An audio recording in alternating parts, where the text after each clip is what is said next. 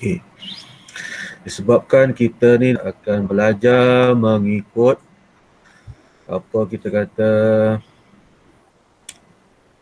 ni Silibus.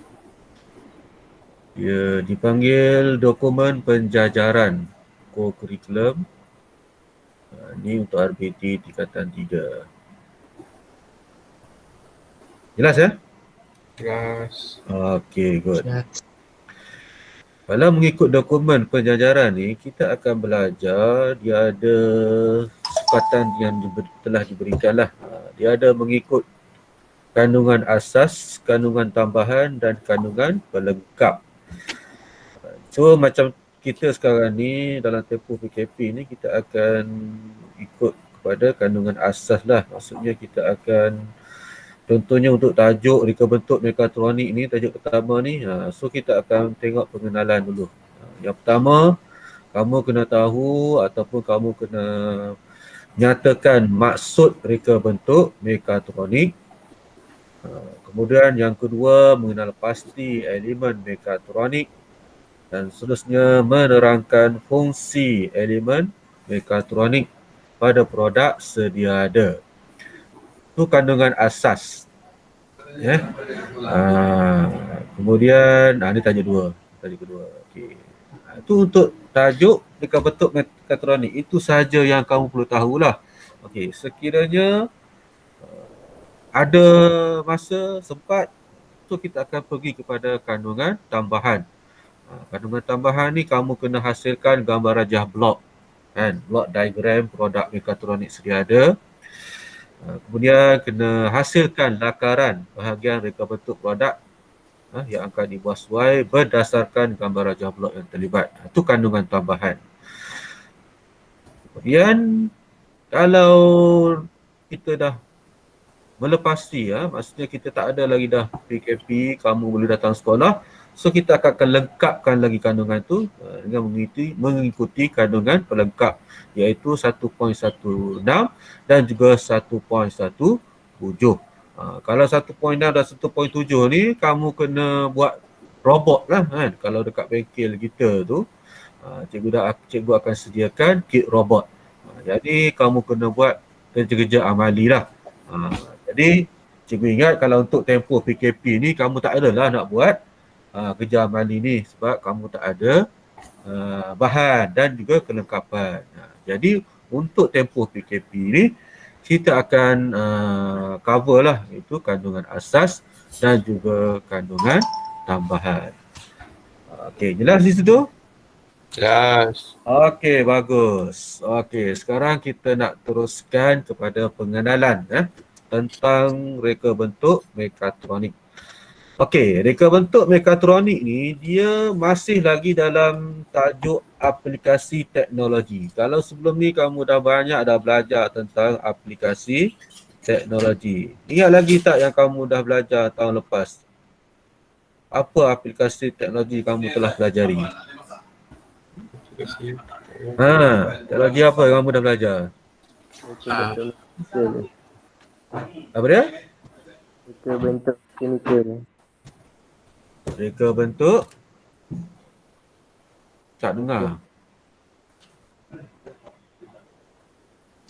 Teknologi apa yang kamu dah belajar? Banyak dah, tingkatan 2 kamu dah belajar. Teknologi apa? Teknologi apa?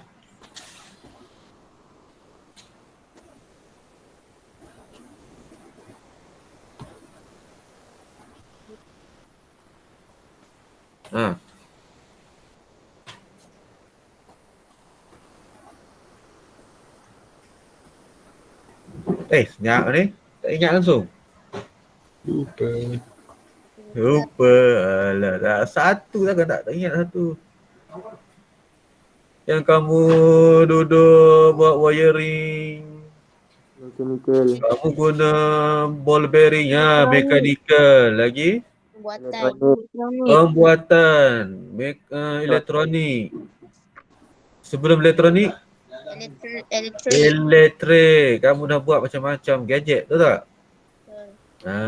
Okey. So untuk hari ini Nama aplikasi yang kita akan belajar hari ini ialah Mekatronik.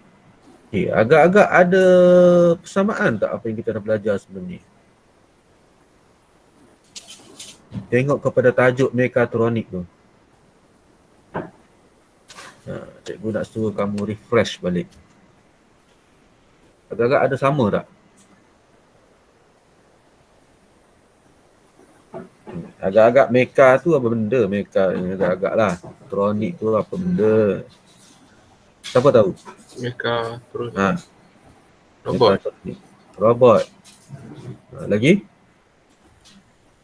Sebab dalam gambaran kamu Mekatron ni robot lah. Okey, lagi?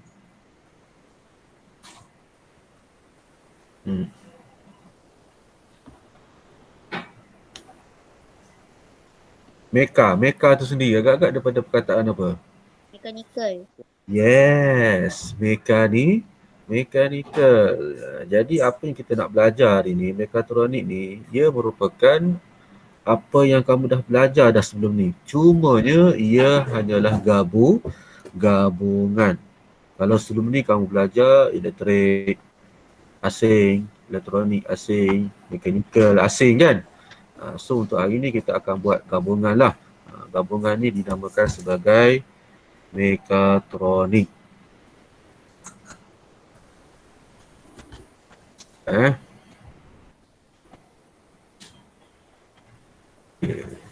So apa yang dimaksudkan dengan mekatronik? Okey, so banyak definisi. Salah satu definisi yang diberikan oleh Tetsuro Mori ni, dia orang Jepun lah. Dia kata mekatronik ini ialah aplikasi elektronik dan teknologi komputer untuk mengawal pergerakan sistem mekanikal sesuatu produk.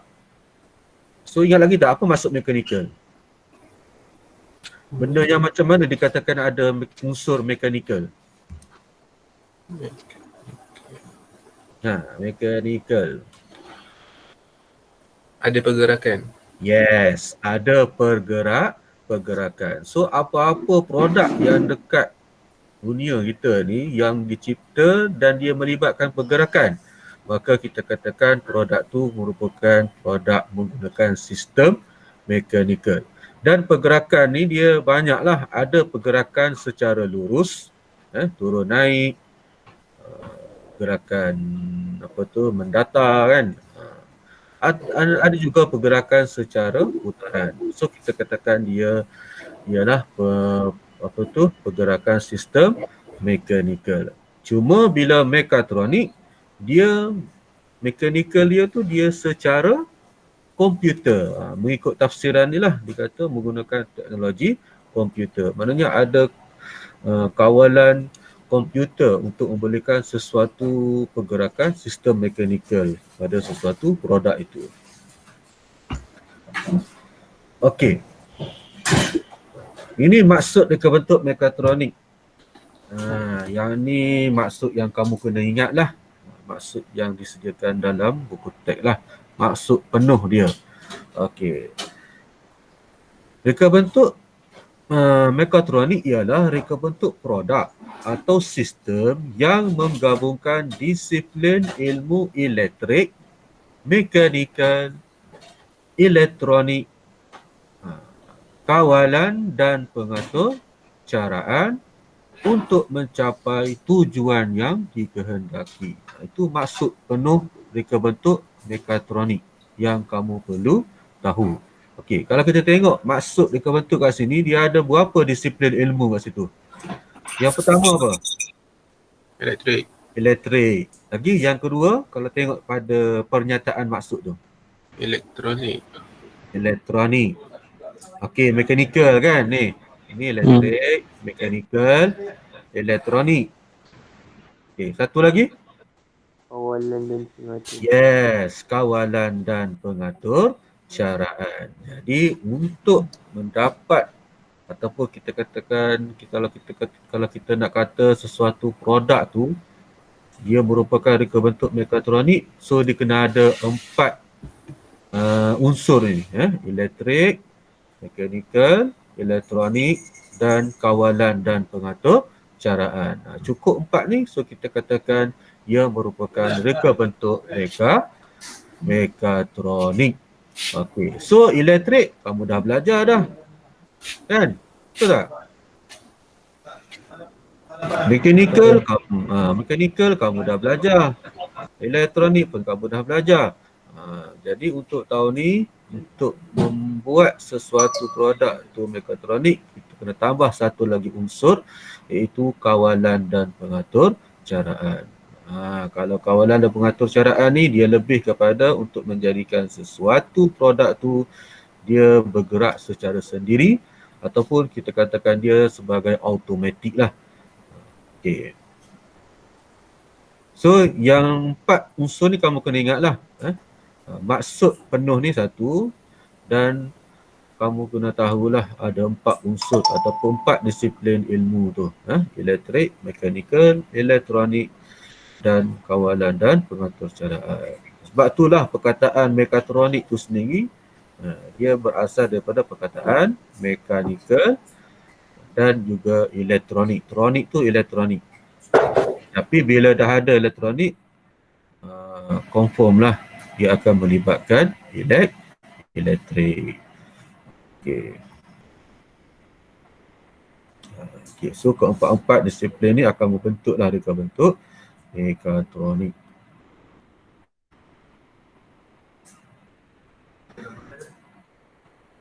Okey, kita masuk sedikit sejarah perkembangan revolusi industri. Ya. Macam mana mekatronik ni boleh timbul, boleh wujud.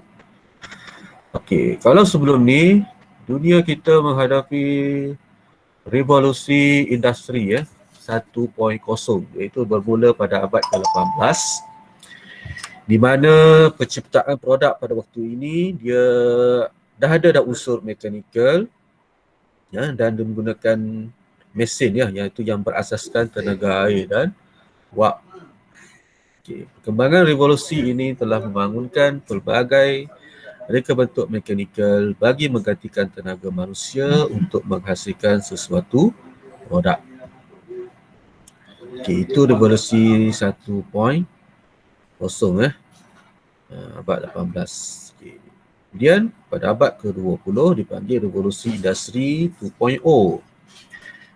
Okay, pada waktu ni dah mula penggunaan tenaga elektrik. Kalau yang sebelum ni tak ada elektrik lagi, dia hanya bergerak secara manual. Sekarang dia pakai elektrik, yang mana dia telah meningkatkan proses penghasilan produk dalam masa yang lebih singkat. Okey, so bila ada elektrik lebih cepatlah, lebih banyak kan. Kalau kita tengok contoh gambar ni, dia dah mula buat kereta dah. So proses nak buat kereta tu dah menggunakan tenaga elektrik. Tenaga elektrik merupakan sumber utama dalam penghasilan produk dalam kuantiti yang besar. Itu revolusi industri 2.0. Okey, revolusi industri 3.0 itu bermula pada akhir abad ke-20. Okey. Pada ketika ini, penemuan dan penerokaan pelbagai komponen elektronik dah guna komponen elektronik yang memungkinkan perkembangan pelbagai produk yang lebih canggih. Penggunaan reka bentuk elektronik yang meluas dan seterusnya, penggabungan reka bentuk bagi menghasilkan reka bentuk mekatronik. Kat sini kalau kita boleh tengok dah ada penciptaan robot-robot secara elektronik dah.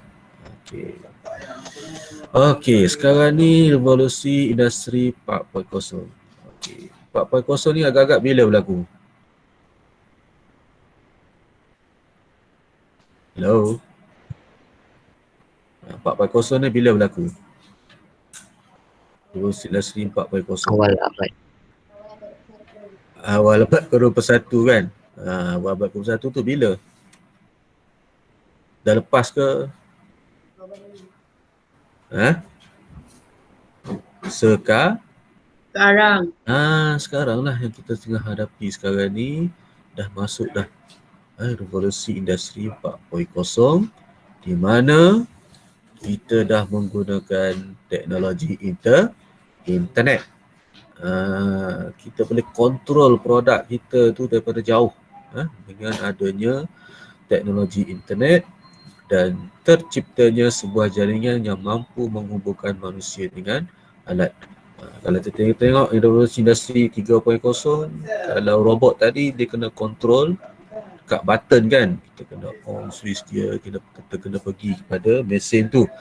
Sekarang ni kan, kalau engineer nak kerja kat rumah pun boleh lah, dia boleh on button daripada rumah sahaja kan, guna dia punya gadget, janji ada internet, so kita boleh on robot tu, so robot tu boleh buat kerja sebab adanya teknologi ataupun jaringan internet.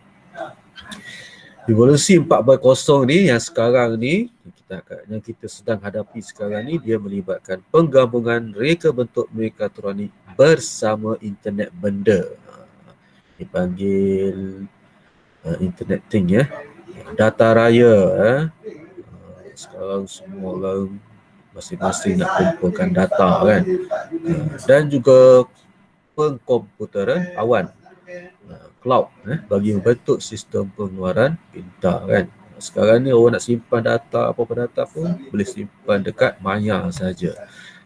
Okey, jadi semua benda ni membentuklah ataupun dia terkandung dalam revolusi industri 4.0.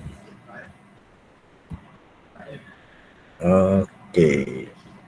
So kita tengok apa yang dah terus dalam revolusi 4.0 ni. Okey, yang nampak canggih sangat ni kan. Okay. Yang pertama dia ada pengkomputeran awan, cloud computing. Okay. Yang kedua dia ada reality terimbuh, augmented reality AR. Macam kita tengok video yang macam real kan, virtual kan, AR reality. Data raya, semua sekarang ni melibatkan data. Kamu ada Facebook, ada Instagram, ada TikTok, apa semua tu tak lain tak bukan semata-mata hanya nak mengumpulkan data sahaja sebenarnya. Bila seseorang ada data yang banyak, so dia mampulah menguasai dunia sebenarnya. Sebab dia ada data yang banyak. Bila ada data ni kita boleh tahu apa kecenderungan manusia, apa yang manusia suka kan. Itu dipanggil big data lah, data raya. Keselamatan cyber security ditingkatkan dalam revolusi industri 4.0 ni. Seterusnya robot berautonomi, autonomous robot. Robot secara automatik. Banyak dah sekarang ni penciptaan produk secara automatik kan. Kalau penyapu, kita dah ada penyapu yang bulat kan. Kita on je, dia akan cari sendiri sampah kan, dia akan sedut sendiri. Kita rasa vacuum tu dah hebat dah boleh sedut kan. Tapi vacuum kita masih lagi kena bergerak kan, ke sana ke sini nak sapu sampah, nak sedut sampah. Tapi ceritanya dengan adanya robot yang berautonomi ni, dia lebih automatik kan. Kita on saja, dia cari sampah sendiri. Okey. Seterusnya persepaduan sistem, sistem integration, internet benda, internet of things, menggunakan internet, simulation, sekarang ni dah ada simulasi, dan juga pembuatan bahan tambah iaitu additive manufacturing. Okey. Okey, jadi juga rasa untuk hari ini setakat saja dulu. So hari ini yang penting kamu dah tahu dah maksud reka bentuk mekatronik. Yang pertama, yang kedua kamu dah tahu dah apa empat unsur utama dalam reka bentuk mekatronik. Dan yang ketiga, kamu dah tahu dah sedikit pengenalan dah macam mana perkembangan revolusi industri yang bermula daripada 1.0 sehinggalah dalam revolusi industri 4.0 yang mewujudkan penciptaan produk mekatronik yang secara automatik. Okey, juga rasa untuk hari ini cukup setakat itu saja dulu. Ada soalan?